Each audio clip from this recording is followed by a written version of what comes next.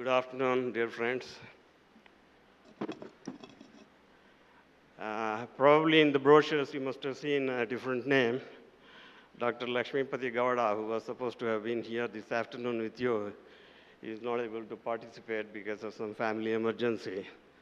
So he called up in the morning at 5:30 and asked whether I would be able to fill in. And the organizers agreed for it, and I will try to catch up on what he has prepared, and I have to do it along with you and see where we can go from here. Please, so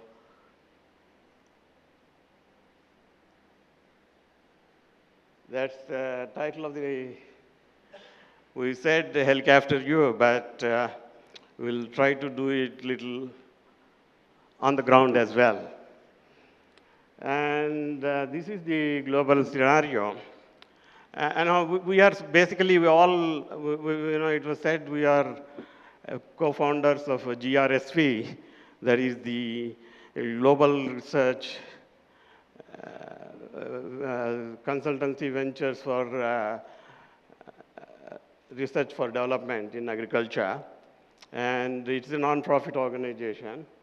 And we are trying to look at how we can be of help to people, especially in the research community, how they can improve the research practices, education, as well as extension in this country, as well as in other countries in the region or in Africa. And so under the auspices of that particular services, this presentation has been prepared. And unfortunately, all four of us happen to be research scientists. So we have basically a way of doing things that is thinking through logically in a fashion, which takes up several slides.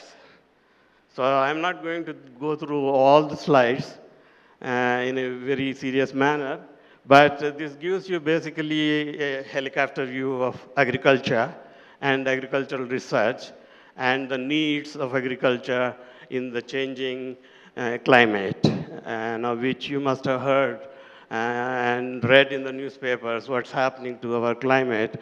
And recently, the COP concluded in Paris, and certain agreements have been reached for reducing the impact of climate change on various issues, including one of them being agriculture, which I believe is crucial and critical, because at the end of the day, what we did in the corridors above, that matters a lot.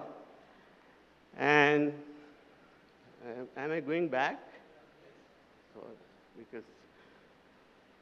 So this gives, again, some figures of the production. And we just heard from Deputy Director General of NABARD about smart agriculture as well as smallholder agriculture. And if you look at in India, more than 65 to 75%, it varies, the percentage figures varies depending upon whose statistics you are looking at, are smallholders, having about 2 hectares or less than that. And this actually is very critically important for anyone who is trying to develop technologies for agriculture.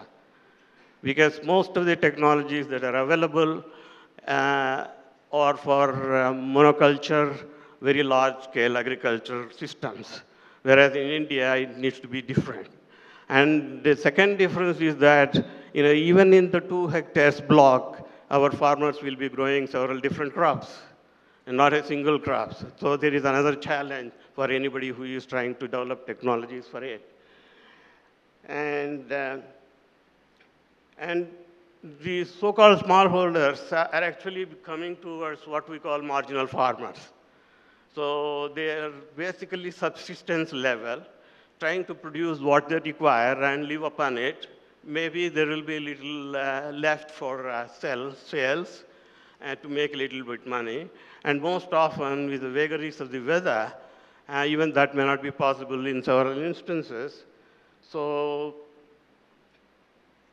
this gives a list of what are the drivers for growth. The at the top, of course, remains our population issue. In earlier 90s and later in early even 20s, we call this demographic advantage. But slowly, the demographic advantage, probably we are losing the benefit of that because uncontrolled migration, etc., that advantage is being lost. It is also being lost because of the skills development has fallen behind what has been targeted for. So much of this demographic advantage that we had is probably being lost. And along with that, there are several reasons for what's happening, why the production is not being sustained at the same level as in late 70s and early 80s, despite the fact that the land for agriculture has grown substantially, but we don't have any more land to grow. Whatever we need to grow to feed the increasing population in the next coming decades need to be produced with whatever land we have. So this requires the assistance of science and technology to improve upon whatever is that is being we are able to manage with. So I don't want to repeat again several things because just now we heard about smart agriculture, and this is we heard a little bit about climate change, and climate change is going to have severe impacts, negative impacts in agriculture in South Asia. And we are, of course, located in South Asian region, and we will feel the crunch of it, especially in the Plateau region and also in the Gangetic Plains. So in Africa as well, there will be severe effects of it, and natural disasters like droughts and floods, and this have got several implications with regard to the conditions in which farmers cultivate their crops. And for improving whatever in conditions under which these are grown, the productivity increases can be obtained only by precise measurements and use of resources that we have. So smart agriculture, we heard about it. So these are some of the effects of it. And so what we call modern agriculture is actually has become traditional. And smart and digital precision agriculture, again, we have already had the definition of it. It is basically looking at each and every component of agriculture and measuring it and providing the inputs and resources as required so that both the resources are conserved as well as the soil is not degenerated further. So there are several digital technologies, some of which were highlighted by the earlier speaker. And we are actually looking at not only at field level, but also at lab level, because as I said earlier, whatever improvements in productivity we can make, we need to make with limited increases in the land. So we have to manipulate the resources, that is the plant resource and the water resource and the soil resource.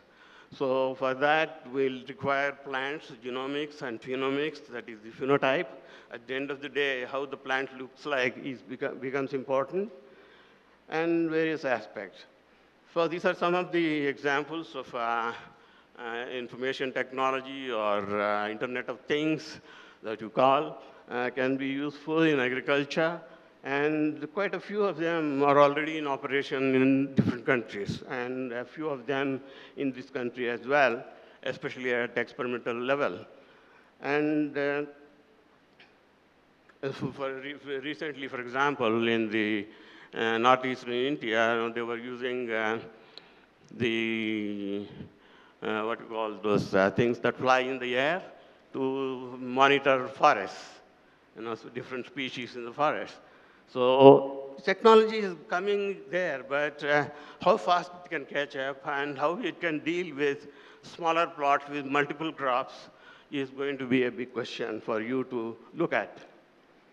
And some of the users of, especially in experimental stage, but also on large scale in terms of marketing, etc., use of cell phones have been very extensively been done.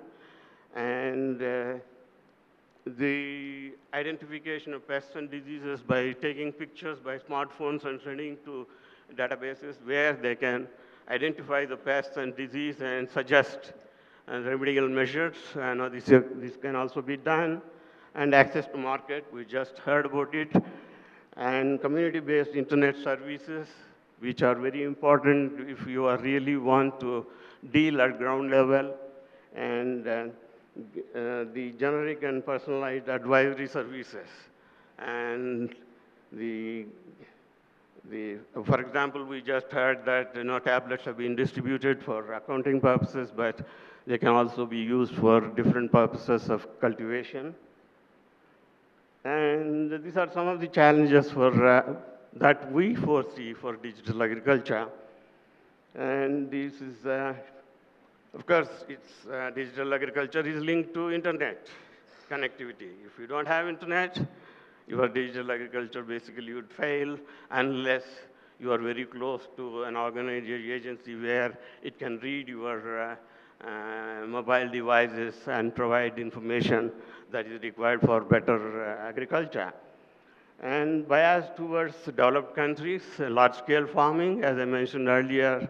So you have a very fertile ground here to come up with solutions for small-scale agriculture, smallholder agriculture. And resourceful farmers are likely to be ignored. It needs to be looked at. As many of us are businessmen at this point of time, we are looking at profit rates of 30% or so.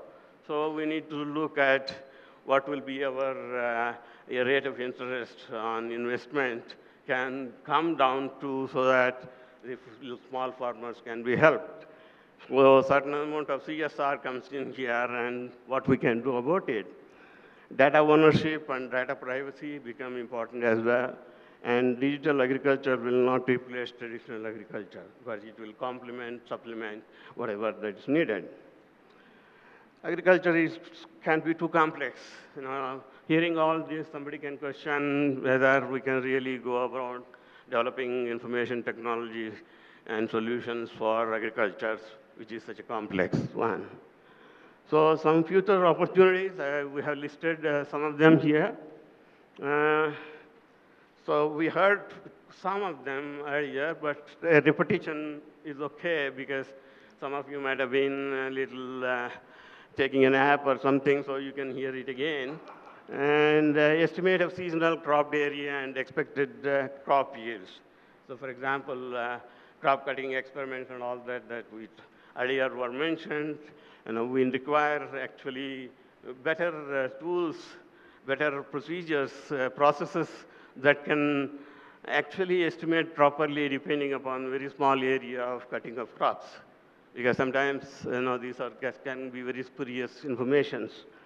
Accurate assessment of yield losses. Again, that's big. Everybody says one small, one little or big rain, everybody cries, my crop has been lost. So it needs to be checked properly so that crop insurance, etc., can actually be beneficial to both the farmer as well as the people who are in the insurance business. Because we cannot ignore either of them. Because if you ignore, there won't be any business of crop insurance. So you have to take care of both unless you are subsidizing the whole thing from a different source. Real-time, near-accurate prediction of rainfall. Monsoons are one of the toughest things to predict. Westerlies, that you get in Europe and US can be predicted per hour or even sometimes half an hour, but monsoons are very tough to predict. So there is a lot of things that needs to be done there. Prediction models and applications that require. Parameters for assessing ripening of fruits. So We have some, but they're all at the experimental state, but that can be improved a lot, which will help farmers to actually harvest at the right time and get better prices. And logistics for agriculture inputs in emergencies, delayed rainfall and all that.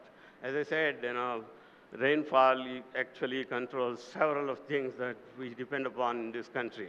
If monsoons fails, we fail. And we need to be very careful in managing our monsoons. And we require technologies that help us to manage the monsoon. I mean, monsoon management means monsoon data management. Traceability of agricultural produce. We hear a lot about geographic indication, organic agriculture, and all that. And can we trace these back? Actually, they belong to these categories. And like warehouse and banking sector, can they be linked so that the credit flows will be can be faster than they are now?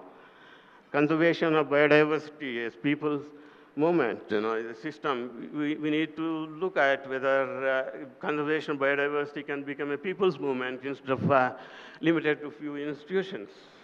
Because the biodiversity at the end of the day is as important as agriculture. And create networking among researchers, not just networking lunches, but networking among people. And networking among existing institutions so that whatever is being done is multi-sectoral and multi-procedural and multi-individualistic ideas that can flow through these networks. Link farmers with appropriate markets and value-added product production and food processes. These all require measurement of nutrition, how long they are going to be useful for human consumption, etc. So there's a lot of innovation that's required there. And there are these challenges available to people who would like to do something about it. You should have been earlier, I mentioned already. So for example, if NABARD is going to fund certain of the things that you would like to do, you need to produce a proposal for them, and we can help you in refining your proposal. So that's one of our things. And thank you very much for your attention.